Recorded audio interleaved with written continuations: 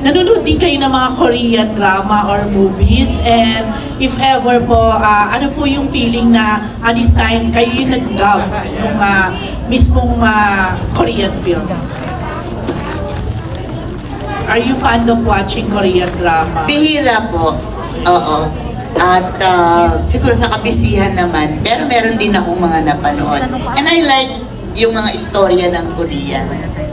Nagugustuhan ko naman ang kanilang pelikula. Yun nga lang, kailangan merong subtitle, di ba? Hirap na maintindihin. Pero maganda ang mga istorya nila. Totoo yan.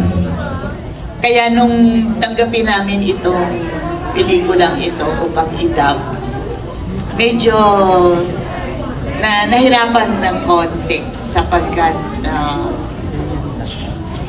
yung reaction na kasi iba ang Tagalog eh. Totoo. Iba ang Filipino language, no? At saka feelings ng Filipino language.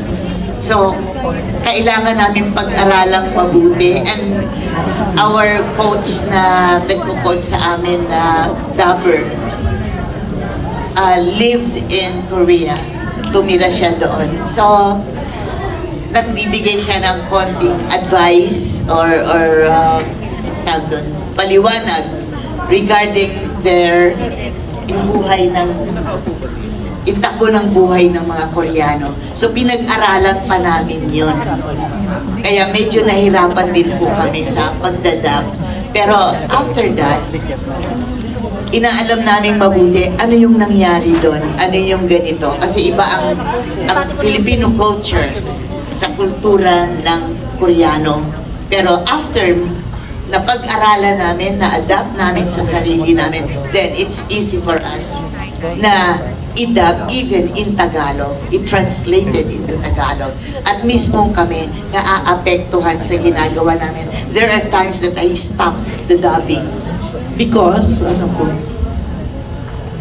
Hindi ko po mapigil ang pag-iyak. Very touching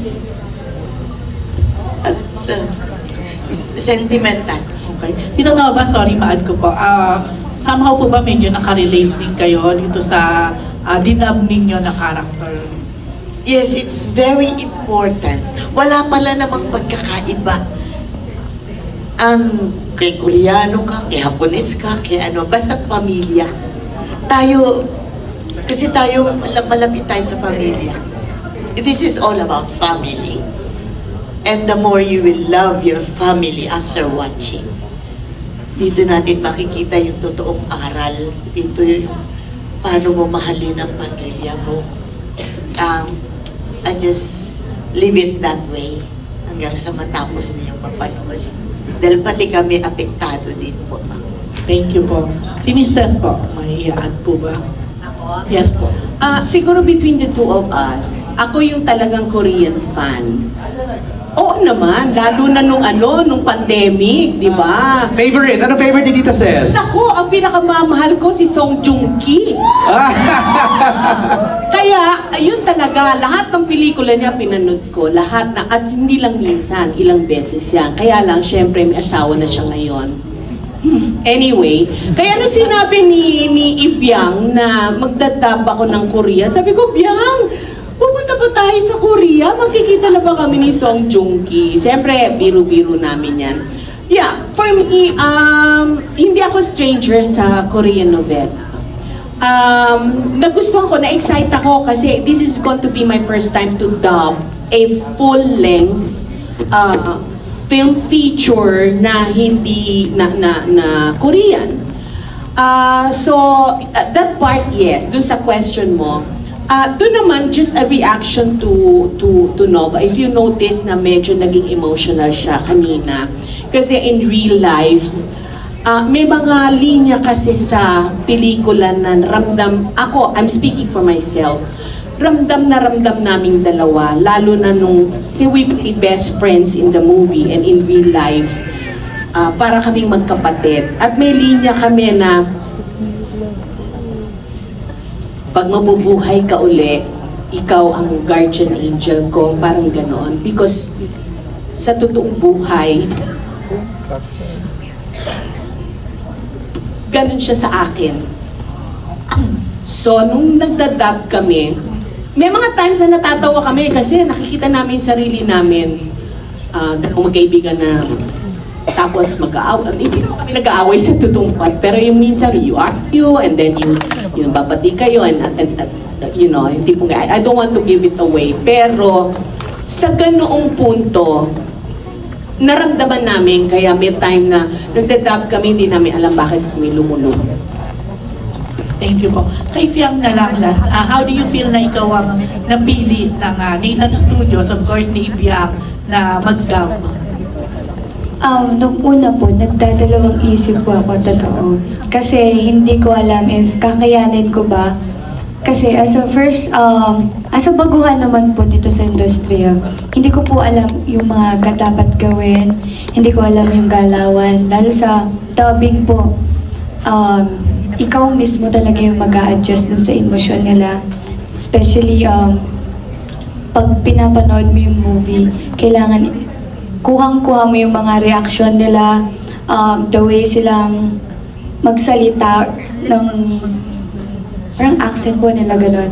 And nahihirapan po ako nung una sa pagdodub kasi hindi po ako fan talaga ng Korean. Hindi po talaga ako nanonood ng mga Korean dramas. And ang pinakamas nahihirapan po ako sa pagkanta po. Kasi very open. Pinakanta ka dito? Oo. Okay. And very open naman po ako sa lahat na hindi ko po talaga forte ang pagkanta. Tapos Pero, Korean pa. Yeah, opo, tapos Korean pa. So, pero nag-aaral, nag-voice lesson naman na po ako. So, okay. Nung and yung scene ko po dun as a young version po, konti lang po siya. Pero I really enjoyed na-experience ko po itong dubbing. Thank you po. Okay, thank you. Thank you, Rose. Naganoon talaga, Fiang. You have to start somewhere. Onsip? Si Tita Nova. Tita Ses. Yes po. Tapos si JM. Miss Tisa. Si JM naman, ikaw na magsalita. Wala si JM dito eh. Younger version po siya ni... Kuya Boji. Opo, ni Kuya Bonji. And yung character po niya, bagay po siya sa kanya. Bakit? Nonchalant. Yes, very nonchalant po yung character nila. And yung character po namin is makulit. Okay. Makulit din po talaga na maingay. So yung character po ni Jem, hindi po siya nahihirapan doon. Ako po na po magsasabi. Hindi po siya totally nahihirapan doon kasi very nonchalant po siya eh. Yung Swak na swak yung personality niya in super real swak life. po talaga in real life. Oo. Kasi very nonchalant talaga. Tahimik talaga ang on-screen partner mo eh, di ba? Ayan. On-screen naman, ikaw naman, Yes. Fiang. Oo. On-screen partner. Okay, Chuk, sino next? London Sir Mito. I knew it. Nap nyo in real life, sa totoong buhay, like ikaw, Fiang, meron ba talagang pagkakahawig dun sa dinam mo? At ano yung in particular? Siguro po, meron po. Aside sa personality, siguro yung loving siya sa kanyang nanay. Okay. Kasi si Onsim po makananay po siya eh. And gusto niya na po nagpapalambing sa nanay nung bata-bata po siya. So I think yun po yung similar ko po dun sa young Onsim. May particular scene na talagang parang feeling mo ikaw? Siguro po nung nagpapagawa po ako ng damit. Yes, siguro po, na-feel ko po na parang ako yun kasi may mga times po na gusto kong ginagawan or binibilan po ko ng nanay ko ng damit. Yung character mo ba ligawin din? Parang gano'n. Ay, hindi ko... yung akin po kasi parang crush ko po si younger version po ni JM. Yung younger version po niya. Crush po namin ng isa't isa siguro. So, related real life, parang gano'n din. In real life po? Thank you po. Next. So, yun na yung sagot. Yes. Ay naman, kay Tita Nova at kay Tita Ses, then, meron ba mga particular scene na feeling nyo, parang ako ito talaga eh. May napagdaanan ko rin yung ganito eh. Yes, yung friendship, Okay. parang katulad ng friendship namin. nakikita namin yung sarili namin dun sa dalawang matanda. Tanda talaga. Eh, matanda talaga eh. In character po ba kayo ngayon? Medyo. Matanda na tayo, aminin mo na rin. Oo na. Ganyan na ganyan po yun sa movie. Yun, gano'n. Nag-aaway din sila. Pero talaga nalulungkot din ako sapagkat meron din akong nakikitaan sa ating Filipino families na gano'n ang nangyayari. Nagiging materialistic tayo, nagiging makamundo na ang kabataan, na parang nababaliwala ang pamilya, lalo na ang mga lolo at lola.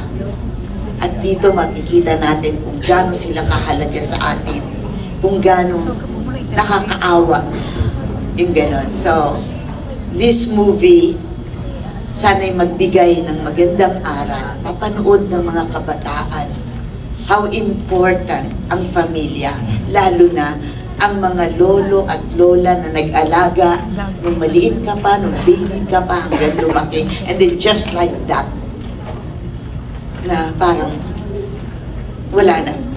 Kasi ang iniisip mo na lang, sarili mo. So this is a very dramatic movie.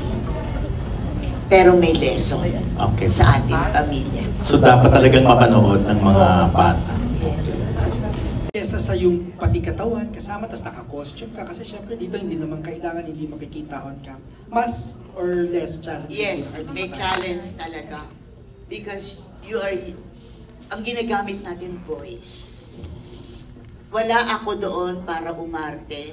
Mas madali kung iaarte ko.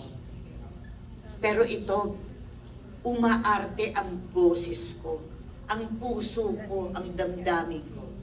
That there are times that I have to stop. Wait. Hindi ko kaya. Wait, ihinga lang ako. Because tumutulo na talaga, uhugusipon mo everything. Kasi you have to feel it. Kung ano yung reaction ng matanda doon, kailangan yun ang mabasa ninyo sa boses ko. So, hindi ko to ina-acting. Talagang nararamdaman namin. It's not easy to dub. Kung dubbing lang na gusto mo easy, nagdadrama na yung pinapanood mo, normal pa din yung boses mo. Hindi yun mag-grasp ng audience. Kung ano ang ina-arte nila, kailangan maramdaman ng audience. Kahit Tagalog yan, maramdaman mo kung gaano kasakit ang sinasabi niya. Kung gaano paghihirap ang dinaranas ng matandang yon through our voice. Sapagkat dapat nararamdaman din namin. That's why we have to stop. Dahil kung minsan, hindi na kaya. And then, pag na medyo na, ng konti na, okay, let's go again. Let's go. Ganun po. So dito, hindi po kami uma-acting na para natural ang boses namin. Galing sa puso ang binibigay namin while we are nagdadab po. Salamat sa industriya. At saka syempre, mas madami na silang experience sa buhay. Pero ikaw, bilang bata, ano ang gusto mong maisip o maramdaman ng kapwa bata o ng kabataan tungkol sa pelikula na magagamit na nila kahit andito pa lang sila sa estado ng buhay nila? Siguro po para sa mga kabataan na katulad ko. Gusto kong ma-realize nila after nilang mapanood tong movie na hindi lang basta kaibigan mo yan. Dahil marami naman po siguro sa atin na naka-experience siguro yung mga iba-iba na hindi po nakakatanggap ng pagmamahal galing sa magulang. So, after watching these movies po, madami pong realization na hindi lang pala sa pamilya mo mismo mararamdaman yung tunay na pagmamahal. Mararamdaman mo din siya sa best friends and sa mga tunay na kaibigan. So, yun po. Salamat po. Thank you po.